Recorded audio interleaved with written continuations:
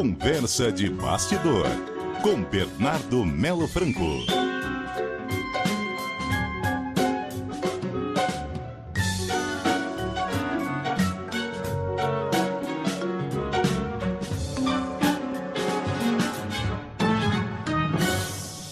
E aí, Bernardo?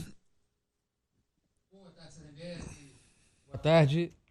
Nadédia. Ouvintes, Nadédia. Não vejo vocês aqui no vídeo ainda. Boa tarde, Nadédia. Boa tarde, ouvintes.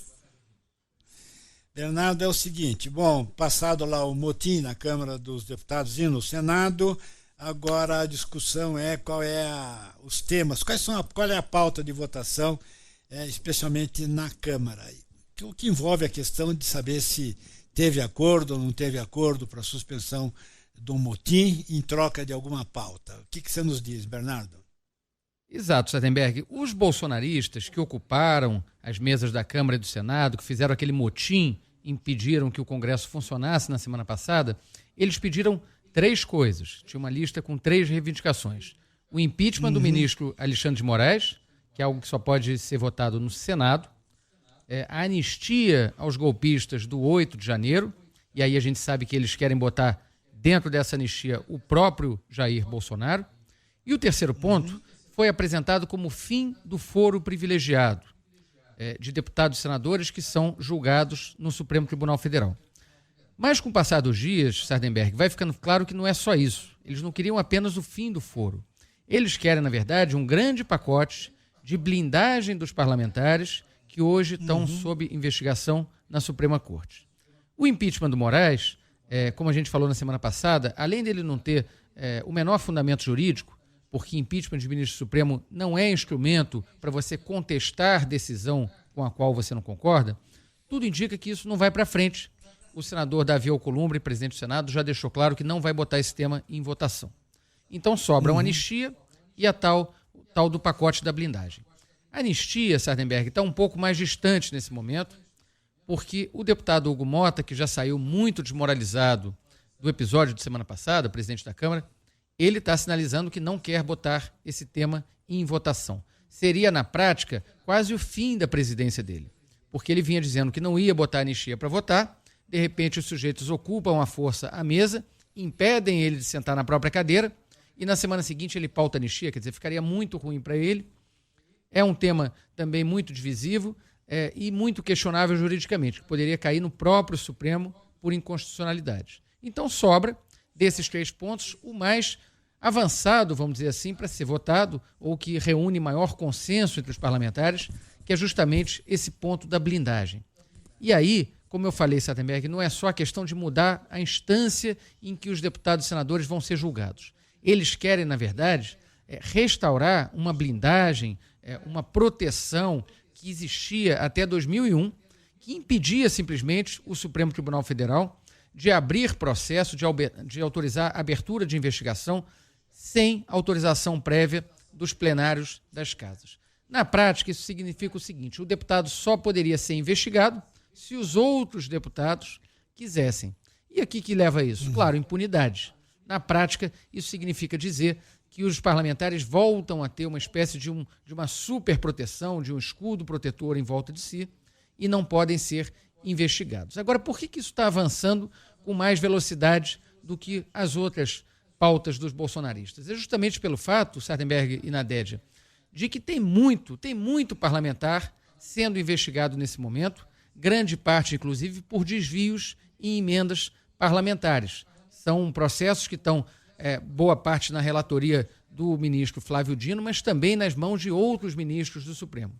E há um clima de grande medo, de até pânico, com o que possa acontecer com esses parlamentares, sujeitos a eventuais decisões, inclusive monocráticas, dos ministros do Supremo. E aquele episódio da semana passada, em que o ministro Alexandre de Moraes mandou botar uma tornozeleira eletrônica no senador Marcos Duval, esse episódio ele criou uma forte reação corporativa, um espírito de corpo dos próprios parlamentares querendo se proteger e com medo do seguinte: olha, hoje a tornozeleira está no pé dele, amanhã pode estar no meu pé. Portanto, essa é a pauta que está mais avançada. E aí um fato curioso: essa é a pauta que menos diz respeito ao bolsonarismo em si. Essa é uma pauta tipicamente do centrão.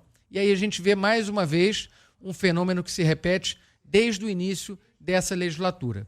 O Centrão usa os bolsonaristas como uma espécie de uma bucha de canhão para fazer tumulto, para criar um clima de estabilidade, e depois ele próprio consegue avançar com as suas pautas, nesse caso, a impunidade ou a superproteção, a blindagem dos parlamentares investigados no Supremo. Eu fiquei pensando qual seria a influência da questão de como seriam julgados ali na corregedoria esses parlamentares que fizeram um motim, né? Só que agora parece que vai muito longe, porque o rito vai ser mais cumprido do que se esperava. A gente esperava até uma resposta amanhã, mas não vai rolar. Pois é, Nadédia, esse é um outro ponto que mostra pra gente a fragilidade política do presidente da Câmara, do deputado Hugo Mota. Porque o Hugo Mota, como eu falei, foi o mais desmoralizado naquele episódio da semana passada, né? Ele ficou ali como um presidente que não manda nada. Inclusive, o motim só foi encerrado graças à intervenção do Arthur Lira, que é o padrinho político dele, o ex-presidente da Câmara e, na prática, quem ainda está dando as cartas na Câmara dos Deputados. Então, o Hugo Mota, ele na semana passada disse a alguns aliados que ele queria adotar um rito expresso para punir esses parlamentares que fizeram um motim. Ou seja, em 2, 3 dias, ali por decisão da própria mesa diretora da Câmara, junto com a Corregedoria, esses parlamentares teriam um mandato suspenso. Isso aconteceu bem recentemente, Nadédia, com 2 deputados. O Gilvan da Federal, bolsonarista que insultou a ministra Gleisi Hoffmann, e o André Janones, que é lulista e que foi acusado ali de atacar com ofensas homofóbicas o deputado Nicolas Ferreira. Hugo Mota queria usar esse rito sumário para punir os arruaceiros da semana passada. Só que aí, o que aconteceu? Ele chegou na mesa diretora com essa proposta e não teve maioria, não conseguiu passar essa decisão.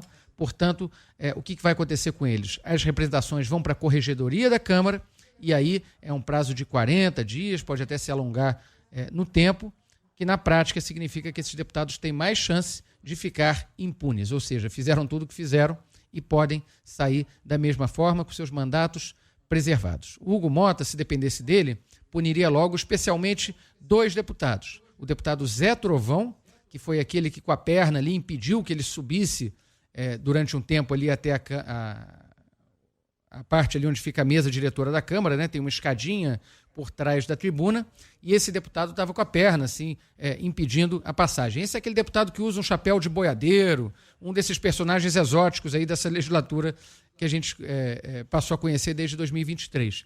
E o outro deputado que ele queria punir especialmente era o deputado Marcel Van Hatten, que é bolsonarista, porém filiado ao Partido Novo, e o Van Hatten foi justamente aquele deputado que ficou sentado na cadeira de presidente. Na hora que o Hugo Mota chegou, ele se recusou a levantar e ceder o lugar. Então, o Zé Trovão e o Marcel Van Hatten com o mandato parlamentar preservado e o Hugo Mota mais frágil diante dos seus pares e também, claro, diante da sociedade. Muito obrigado, esse é o comentário, a informação do Bernardo Melo Franco. Obrigado, Bernardo. Até quinta.